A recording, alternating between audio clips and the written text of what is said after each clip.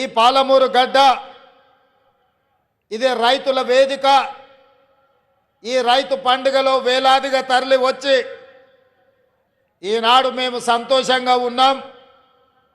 సంవత్సర పరిపాలనలో ఈ ప్రభుత్వం ప్రజాప్రభుత్వం 54,000 కోట్ల రూపాయలు రైతుల కోసం ఖర్చు పెట్టినందుకు తెలంగాణ రాష్ట్ర 4 కోట్ల రైతాంగానికి మీ ఆశీర్వాదంతో ఈరోజు రాష్ట్రానికి నాయకత్వం వహించిన నా తరఫున మొత్తం రైతాంగానికి సందేశం పంపించడానికి విచ్చేసి ఈ పండుగ ఇక్కడే కాదు తెలంగాణలో ఉన్న రైతు వేదికల దగ్గర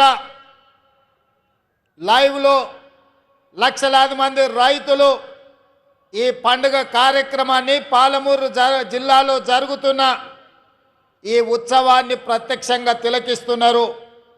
ఈ అన్ని ఏర్పాట్లు చేసిన తెలంగాణ చీఫ్ సెక్రటరీ గారు, వ్యవసాయ శాఖ అధికారులు, వివిధ రైతు వేదికలల్లో ఈ కార్యక్రమాన్ని నిర్వహిస్తున్న అధికారుల అందరికీ కూడా మనస్ఫూర్తిగా అభినందనలు తెలియజేస్తున్నా.